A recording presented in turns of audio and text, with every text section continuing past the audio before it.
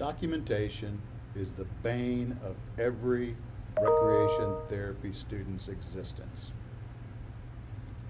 It can be incredibly confusing, and if you're not thinking about it in the right way, can really make your job hard. I'm here to help you make it a little easier with Newman's Helpful Tips, the RCPT 401-400 Guide to Documentation. The underlying concept with documentation in the RT process involves providing us with a roadmap to help us reach the client's goals and to check in along the way to make sure we're on the right road. Just like you wouldn't start a car trip without not knowing where you're going, it's really difficult to figure out if you're any closer to getting there without that final destination in mind. That being said, none of the individual pieces of documentation, and that's the assessment summary, the treatment plan, progress notes, or the discharge plan, exist in a vacuum. They're all linked together. And if they're not linked, you can write a really, really good treatment plan by itself, but if it's not in relationship to a client's goals, it's really meaningless. Each piece of documentation forms the foundation for the next. It helps you start the next piece in the journey. If you adhere to this concept, not only will your documentation be more relevant and generally better, it's also going to be a lot easier for you to write.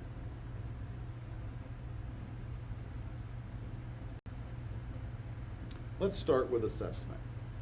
Now, the whole goal of conducting an assessment is to give you a starting point with your client.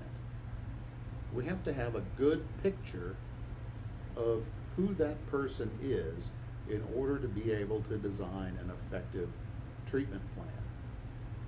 For assessments to be helpful, they have to be matched to the general population, diagnostic group, background, and age range of the client. You don't want to match a client to an assessment. You want to do it the other way around. Whatever client you have, you need to select the assessment that's going to be the most effective for them. That being said, assessment is a big word. It means a lot of things. Assessment means a lot of different approaches can be used. For those of us that have been in the field for a long time, we've got considerable clinical experience behind us.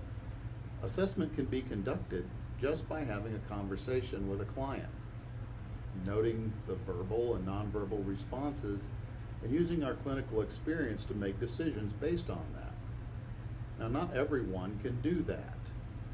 Again, the key part of that is that you have to have a lot of clinical experience to be able to make meaningful judgments using an informal assessment technique like that.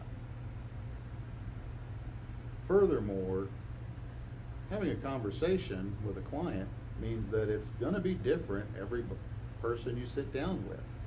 So it's really hard to make sure that we are treating everyone equally by assessing in that way.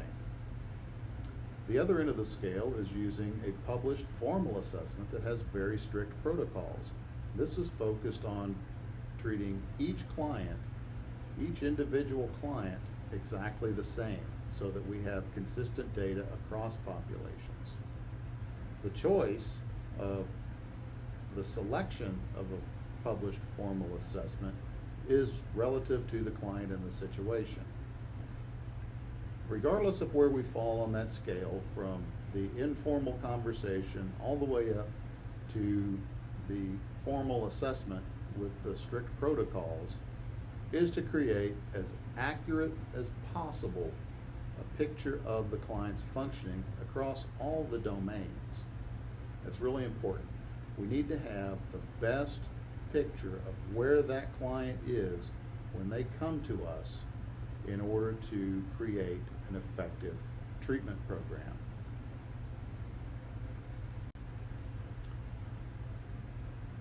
Once you've conducted your assessment, assuming you've selected an assessment that is appropriate for your client, the next step is to really analyze the results. You've got to dig into what those results really mean for your client. A lot of assessments give you a score. You have to get into the literature on that assessment to really understand what that score means and interpret the results for your client. Now, if you've done your assessment well and you've done some good analysis on the results, your analysis should help you identify 2 to 3 long-term or discharge goals for the client. These are going to be the foundation for your treatment plan. They're going to guide every decision that you make going forward. So it's really, really important to spend some time with this analysis and identify the most meaningful goals that you can for your client, and that those goals are achievable in the time that you have for the treatment program. Once you've done this, you've determined the end point for your journey. It's kind of like when we talk about the road trip. If we're going to drive from Radford to Washington, D.C., once we've identified where we're going, it's easy to figure out how we're going to get there. We can either take a very direct route, or we can meander about and take a longer time getting to where we need to go. The deciding factor there is, what kind of quality do we want the trip to have? Do we want to just get there, or do we want to really experience the drive along the way? So it really kind of depends on the time that you have. This roadmap is going to help you identify the activities to include in your treatment plan. Just like the route that you choose to go from Radford to Washington, D.C. is going to present you with different experiences. You could go all the way on the interstate, stopping only at gas stations and rest stops, and you're going to get there faster, but it's not going to be necessarily a very rewarding trip. Or you can take the back roads, stopping at attractions and restaurants and other things along the way, and really kind of have an enjoyable trip. It's up to you and the time that you have to spend on that trip. But either way, the route is going to present you with different options for activities along the way. And it's the same thing with a treatment plan. The time that you have to work with a client is largely and the goals is largely going to identify the activities that you can include. This may include individually tailored activities that are really meaningful for the client, or perhaps referral to different appropriate group therapy programs that exist within your facility.